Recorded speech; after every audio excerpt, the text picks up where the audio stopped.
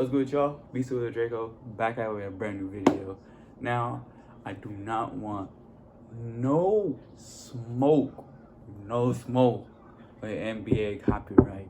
So there will be no NBA footage in this video. So I'm sorry, you're gonna have to see my pretty face for about like 12 minutes of this rant.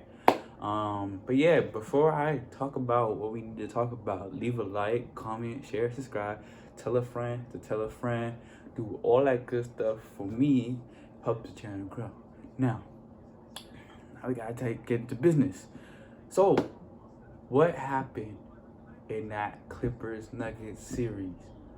I did not predict the Nuggets was gonna win this series at all. I thought this series was gonna be over in 5. To be honest, it really should have been over in 5. It wasn't like I was like far-fetched or I wasn't like reaching for the stars, because to be honest, the series should have been over in 5. I do not know what happened in all them second halves, but literally 15-point deficit blown, 20-point deficit blown, 10-point deficit blown. I don't know how you just blow leads 3 times in a row. This is the team that's considered young, right? The Nuggets aren't old and vet savvy. I mean, you got Grant, you got Millsap. Yeah, but for the most part, this is some group of guys who are still paving the way for themselves, right? It's still a talented, very talented team. And I'll talk about the Nuggets side of things a little bit later. But this is a very, very talented team. But the Clippers are really good too, which is the most shocking thing about this.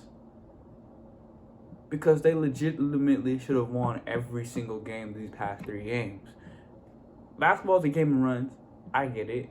But to then like put yourselves in like 20 to like 8 runs and like 24 to 6 runs and then just let Denver completely take control of the game by the time the fourth quarter rolls about, like, I don't, how does this happen? I can't tell you how it happened. I can get to the fruit of things and start ridiculing Kawhi and Paul George for their Game 7 performance. I'll do that a little bit later. But I really want to zero in on Doc Rivers. Now, this is a guy who has been having chance after chance after chance in Los Angeles. And time again, he's proven that, like, he's good, not great. He's really bad at making adjustments. I don't know why I was watching Game 7 and Montrez is still guarding Nikola Jokic. You didn't learn from the first, not only just the first like 6 games of the series. You didn't learn from the last series when you had Luka Doncic cooking Trez in the pick and roll situations. You didn't learn anything. There was nothing that you got from 13 games of film that you then put out to the court and adjusted.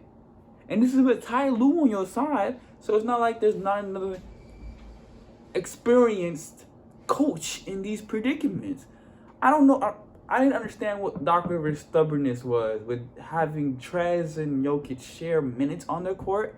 But if you're going to have them sharing minutes on the court, don't have Trez on Jokic. Like, if you're going to have Trez out there, put JaMychal Green.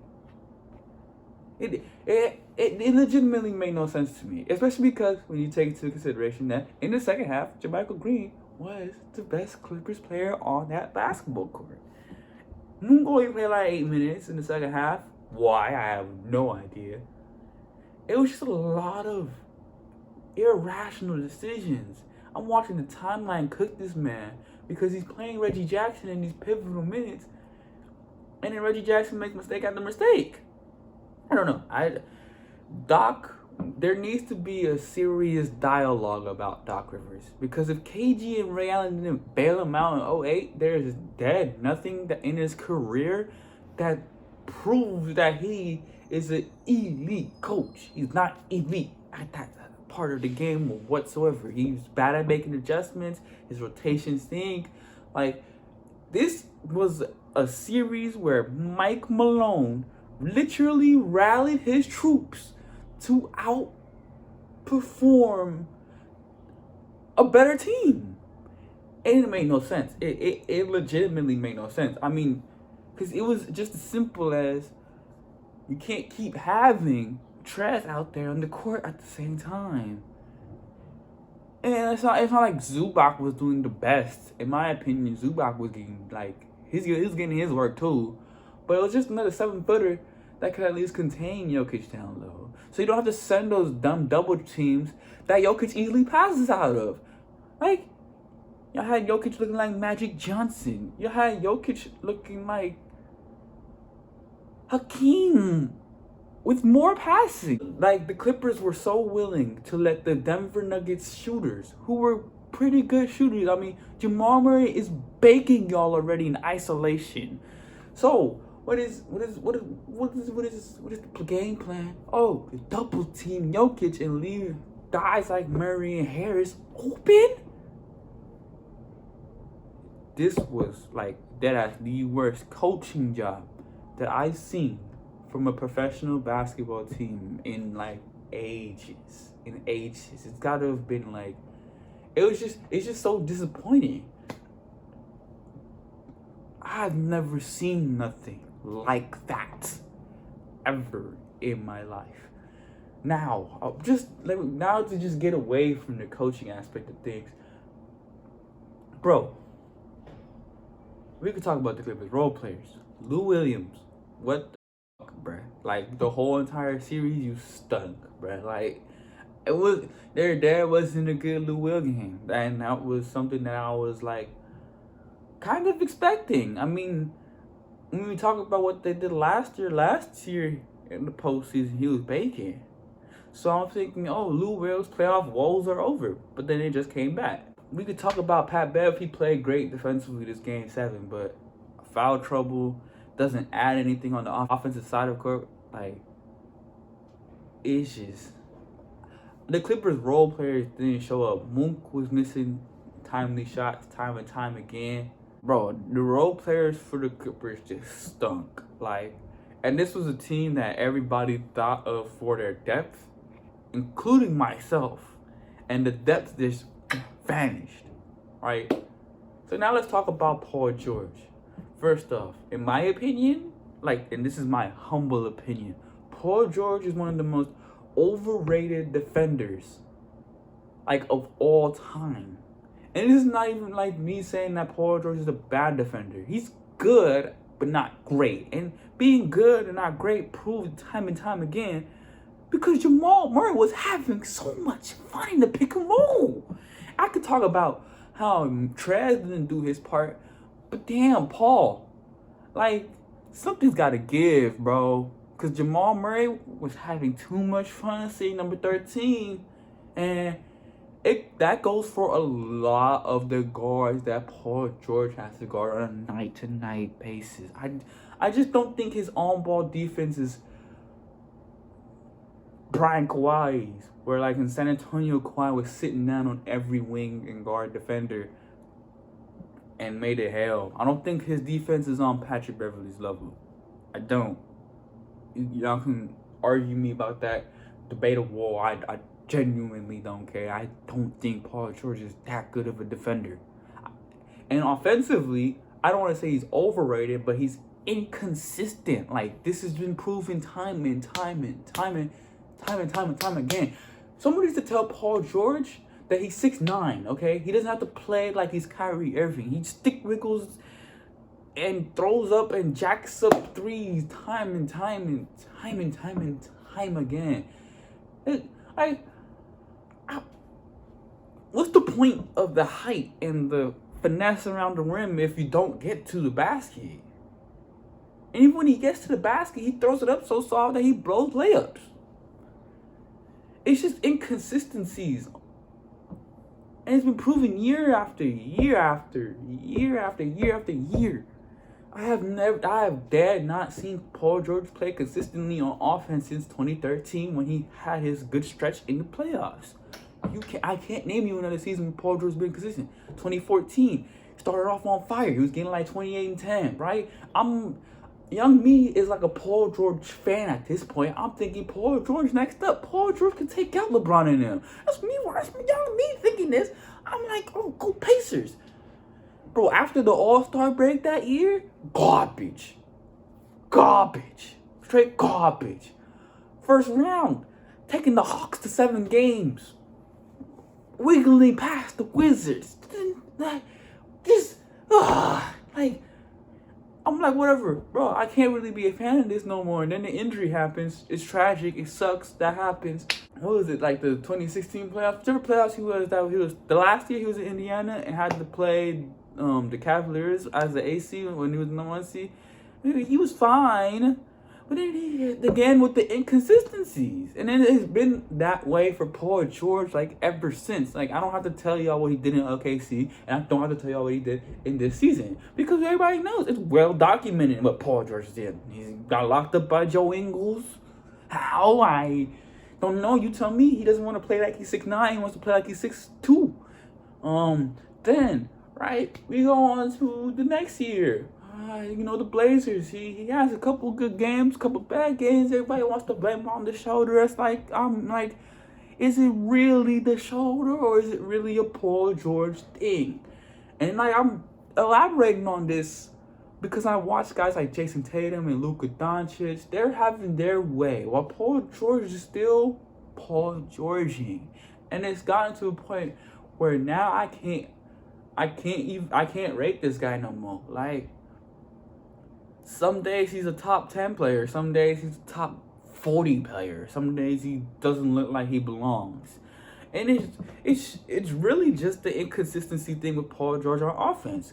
With the fact that he's a good, not great defender. That lockdown defense that y'all put for Paul George, stop it. Come on, cut the cap. Now, Kawhi Leonard, who, by the way, didn't have a bad series, had a bad game 7.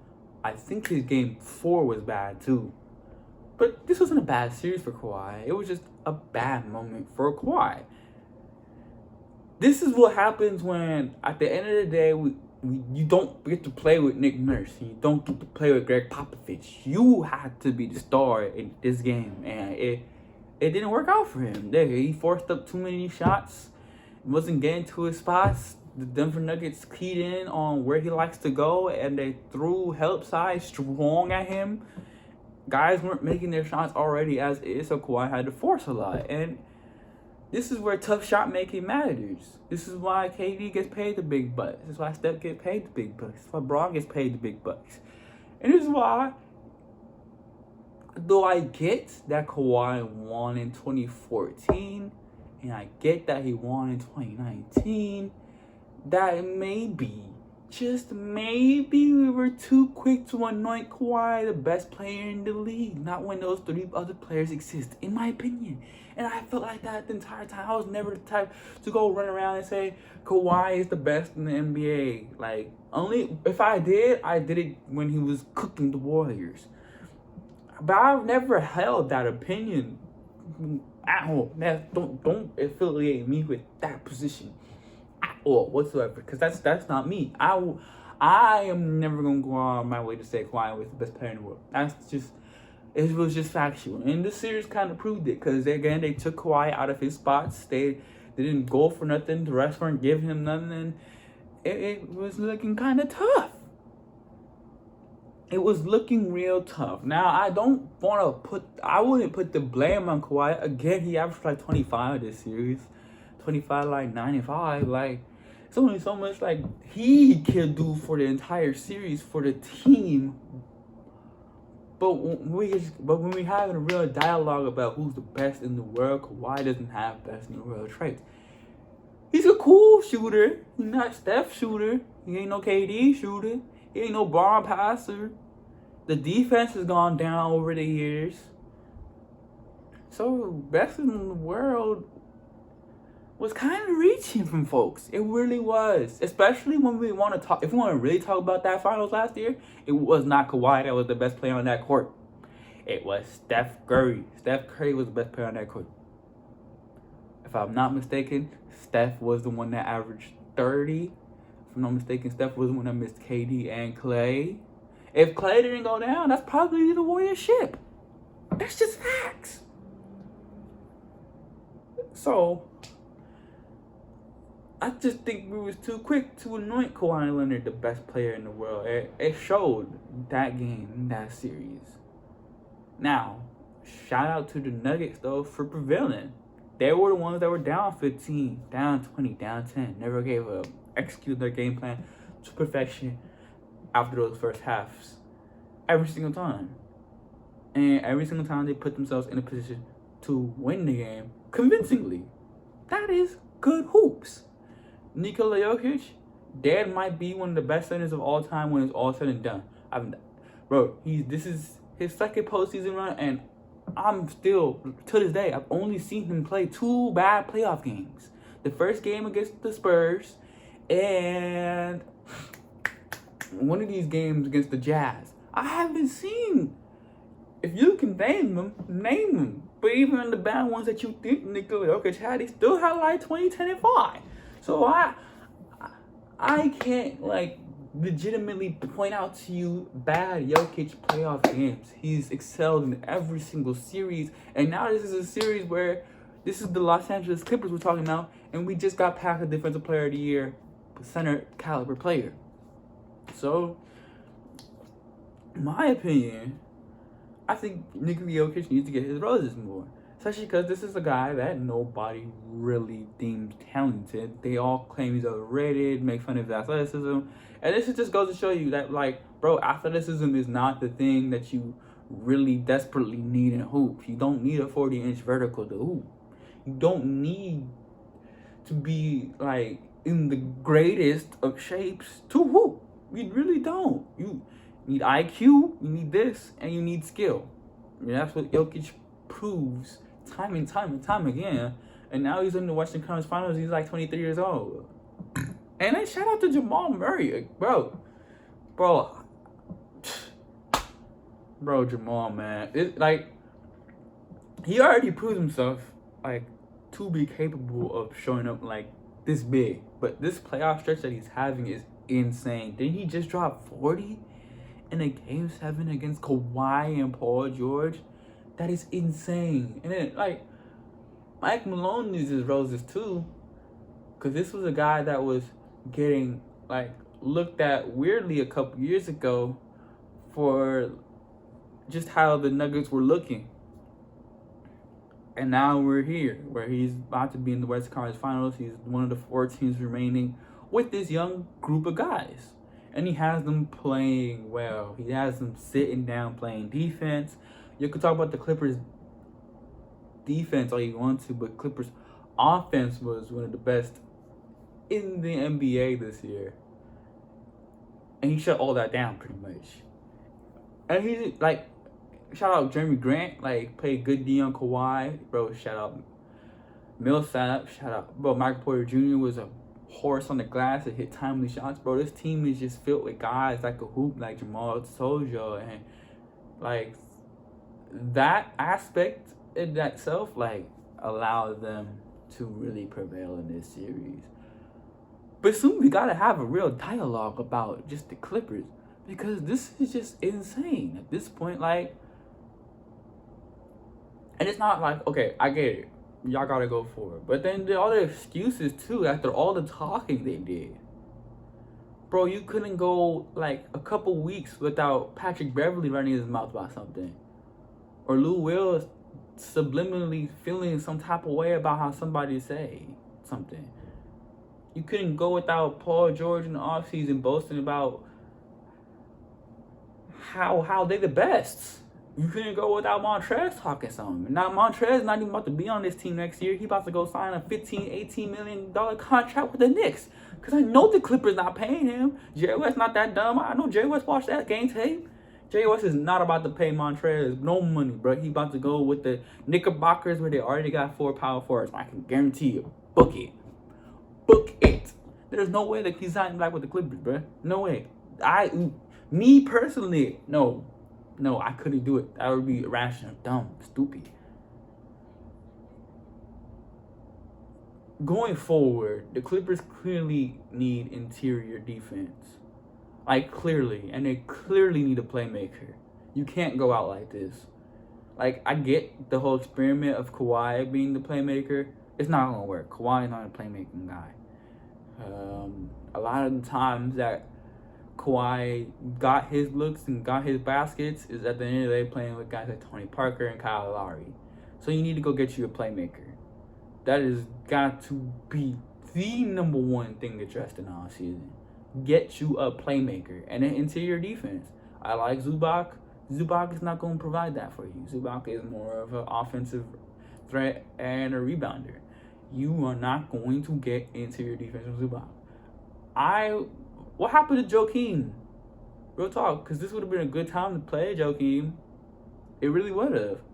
It would have been a good time to install Joakim Noah, because all those Montrez minutes were useless minutes. Every time I see this dude on Jokic, they lose the lead. I'm watching the game, bro. Jokic has 0 points. Everyone's like, yeah, Jokic don't have none yet. He got like 3 assists. I'm like, all right, cool. So, I mean, they're doing their job. They're clearly doing their thing in adjustments. Then, I look. Trez come in the game. It go from 0 to 8 like this. 0 to 8 like this. Like this. And then now they got a double when Trez in the game. But Jokic is just way too damn good of a passer to just be throwing them weak and little double teams at him when he's already established positions in the post and hasn't even put the ball down. It was just disastrous.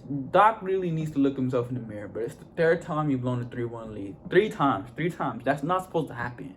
You have to look at yourself in the mirror and really, have a discussion about your coaching philosophy.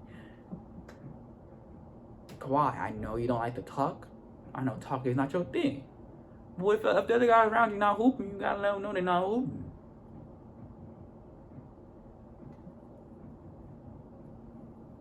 It was an ugly series, man. It was ugly.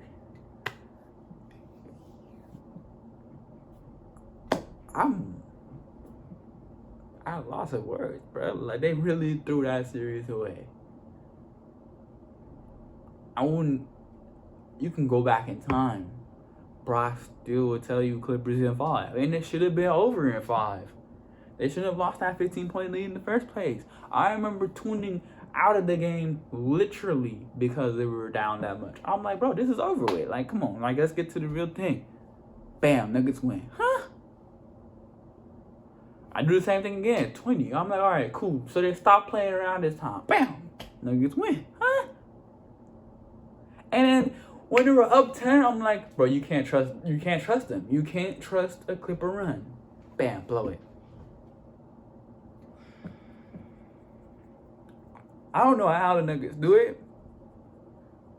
Honestly, they've managed to take, not even a half of basketball and just make it so convincing to the point where they convincingly win these games. It's not even like they win by 2 or squeeze out a win by 1. No, they're winning by 8. They're winning by 10. They're winning by 13, 14 points.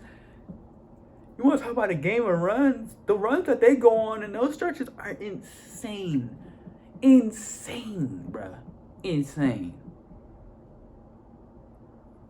Yeah, man, really need to go get you a playmaking guard, though. I don't know what the point guard offseason is looking like this offseason. I know Kyle Lowry's contract expiring, but I don't think the Clippers, they could. It would be really great for them, but I don't know if they got the means to make that happen. I'm pretty sure they're already about to flirt with the luxury tax going into this offseason. And you got to pay to win at the end of the day. So, I can understand them going to get Kyle Lowry. But I just don't see... I don't know if that's possible for them. I don't know the point guard situation going into this offseason. But you need to get you a playmaker, bruh. I don't care if he's a Ricky Rubio type, where all he does is pass you the ball. They desperately need that, bruh. It's desperate. How desperate the Clippers really need a playmaker, bruh, is insane. Because there's no way in hell they can go back out there like that. They can't run it back like this. You can't run it back like this. Patrick Beverley needs to come off their bench. You need somebody that can pass Kawhi and Paul George good looks. And you need more movement on offense. The Clippers are stagnant.